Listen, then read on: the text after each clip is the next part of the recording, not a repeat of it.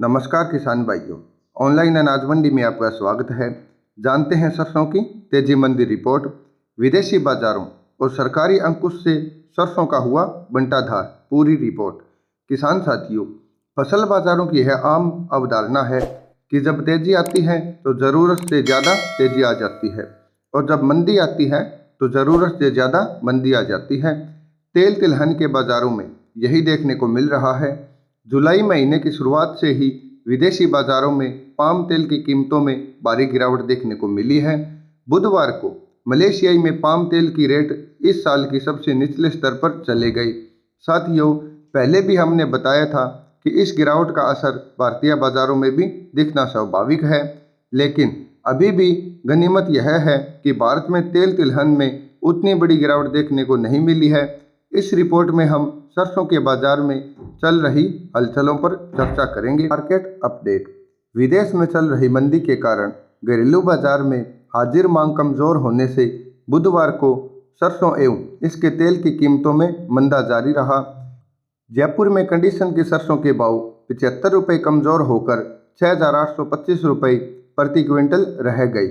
Delhi Lawrence road पर भी सरसों के भाव गिरकर 6,700 के नीचे चला गया।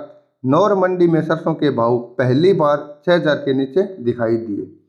सलोनी प्लांटों पर भी सरसों के भाव में 150 रुपये प्रति क्विंटल तक की कटौती करके खरीद की गई। अन्य हाजिर मंडियों में भी सरसों की खरीद कीमतों में 50 से 100 रुपये प्रति क्विंटल तक की गिरावट दर्ज की गई। विदेशी बाजारों में खाद्य तेलों की कीमतों में रही मंदी का असर घरेलू बाजार में सरसों एवं इसके तेल की कीमतों पर पड़ रहा है। तेल मिलें केवल ज़रूरत के हिसाब से ही सरसों की खरीद कर रही है। सलोनी के अलावा अन्य ब्रांडेड कंपनियों में बीपी ऑयल मिल, महेश एडिबल आदि ने भी सरसों की खरीद कीमतों में 100 से 150 रुपये प्रति क्विंटल की कटौती की है। विदेशी बाजार अपडेट। पिछले एक महीने में पाम तेल का भाव 40% गिरकर पिछले एक साल में पाम तेल के भाव सबसे निचले स्तर पर है। बुर्सा मलेशिया में पाम तेल के भाव लंबे समय के बाद पहली बार 4,000 के लेवल के नीचे खिसक गई। गिरावट के बड़े कारणों को देखें तो विश्व बाजार में मंदी की आशंका के साथ ही इंडोनेशिया द्वारा पाम तेल का निर्यात कोटा बढ़ाने के प्रस्ताव से मलेशियाई पाम तेल की कीमतों में इस तरह की गिरावट आने की बात कही जा रही है। जून में तेल की खपत कम होने के कारण निर्यात में कमी आई है और मलेशिया में भी पाम तेल का स्टॉक बढ़ा है।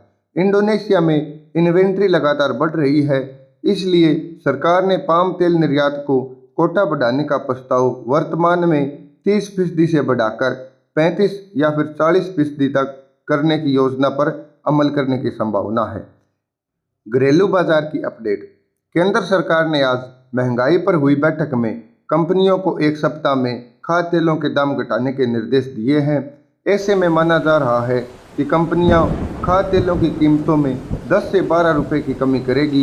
मालूम हो कि विश्व बाजार में खाद्य तेलों की कीमतों में हाल ही में भारी गिरावट आई है, जिसका असर घरेलू बाजार में खाद्य तेलों की थोक कीमतों पर पड़ रहा है।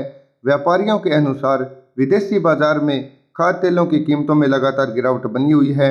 ऐसे में तेल मिलें केवल ज़रूरत के हिसाब से ही सरसों की खरीद कर रही है। हालांकि निश्चित दाम पर बिकवाली कम आने से आज उत्पादक मंडियों में सरसों की दैनिक आवकों में कमी आई, लेकिन सरसों एवं तेल की कीमतों पर विदेशी बाजारों का इतना दबाव है कि भाव संभल नहीं पा। क्या रहेगा आज का बाजार? किसान साथियों, विश्व भर में चल रही आर्थिक मंदी की आशंकाओं के चलते विदेशी बाजारों में तेल तिलहन के भाव गिर रहे हैं। गिरावट इतनी तीव्र है कि भारतीय बाजार संभल नहीं पा रहे।